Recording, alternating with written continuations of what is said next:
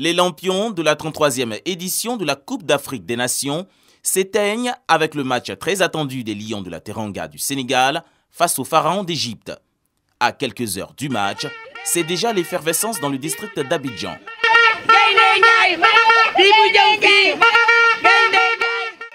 Trècheville, avenue 2, les ressortissants sénégalais rencontrés soutiennent bec et ongle leur pays et croient en leur premier sacre à la CAN. On va marquer 4-0. Sénégal. Vous n'avez qu'à faire effort, vous avez marqué. Wow. Moi, mon pronostic, c'est 3-0 pour le Sénégal aujourd'hui. 3-0, ça ne chauffe pas. Non, aujourd'hui, c'est le jour du Sénégal. Nous, on est derrière Léo de la Teranga. Aujourd'hui, c'est les grands jours pour nous. Mais ce n'est pas pour le Sénégal seulement, c'est pour l'Afrique. Parce qu'aujourd'hui, c'est pour l'Afrique.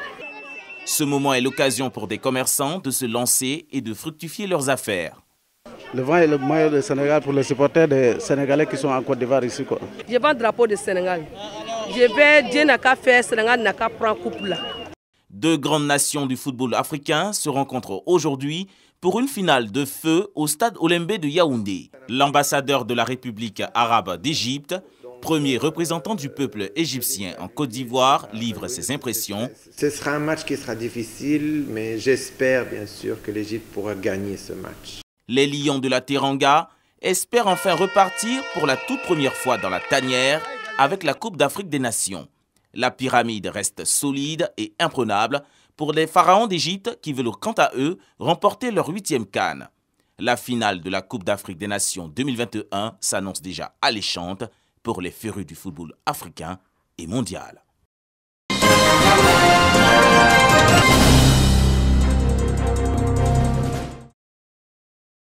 Ils sont venus pour la plupart d'Alsace, région du nord-est de la France, avec à cœur d'apporter de la joie et du bonheur aux femmes et aux enfants de Côte d'Ivoire. Première escale, Mondoukou.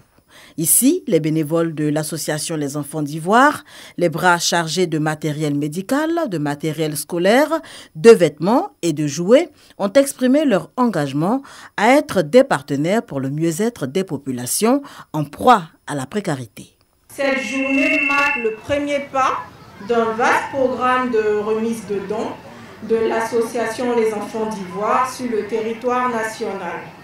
En agissant ainsi, les bénévoles dispersés en France, plus précisément en Alsace et en Côte d'Ivoire, que nous constituons, sommes conscients que les conditions de vie et d'éducation des enfants ont un impact considérable sur leur devenir social et leur capacité à s'émanciper de la pauvreté à long terme. Éducation, autonomisation des femmes, santé pour tous, le parrain de la cérémonie, Désiré Bulé, soutient les actions de l'association Enfants d'Ivoire. Des actions également saluées par les autorités administratives et coutumières de la région. C'est le point de départ d'une longue et fructueuse collaboration.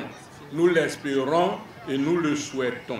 Nous voulons tout simplement vous dire, que le Seigneur vous bénisse et vous rende au centuple ce geste fort apprécié par les hommes, les femmes et les enfants de Mondoukou.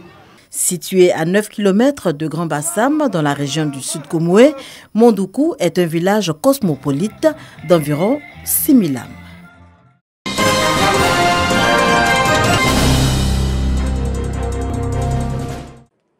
Si c'était à refaire, chronique d'un parcours, la nouvelle œuvre littéraire de Cissé Ibrahim Bakongo. Dans ce recueil de chroniques, sorti en 2 tomes, l'auteur aborde de façon chronologique des thématiques diversifiées. Il revient sur la lutte pour la démocratie, les questions identitaires, les situations de frustration, de blessures profondes vécues avec ses compagnons de lutte, alors qu'il était encore dans l'opposition. Il s'agit de témoigner des combats que nous avons dû mener, qui nous ont conduits à ce que nous sommes aujourd'hui, c'est-à-dire des hommes libres et égaux, en quelque sorte, dans une Côte d'Ivoire devenue fraternelle. Si c'était à refaire, chronique d'un parcours, un condensé de ses contributions publiées pendant plus de 2 décennies dans différents organes de presse.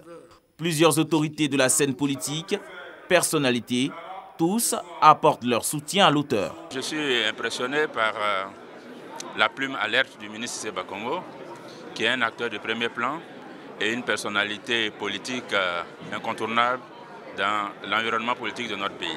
Il a fait l'histoire, il est témoin de l'histoire et il a décidé, à travers ses 2 ouvrages, sous le titre « Si c'était à refaire », de rendre témoignage de ces 3 dernières décennies de la vie nationale.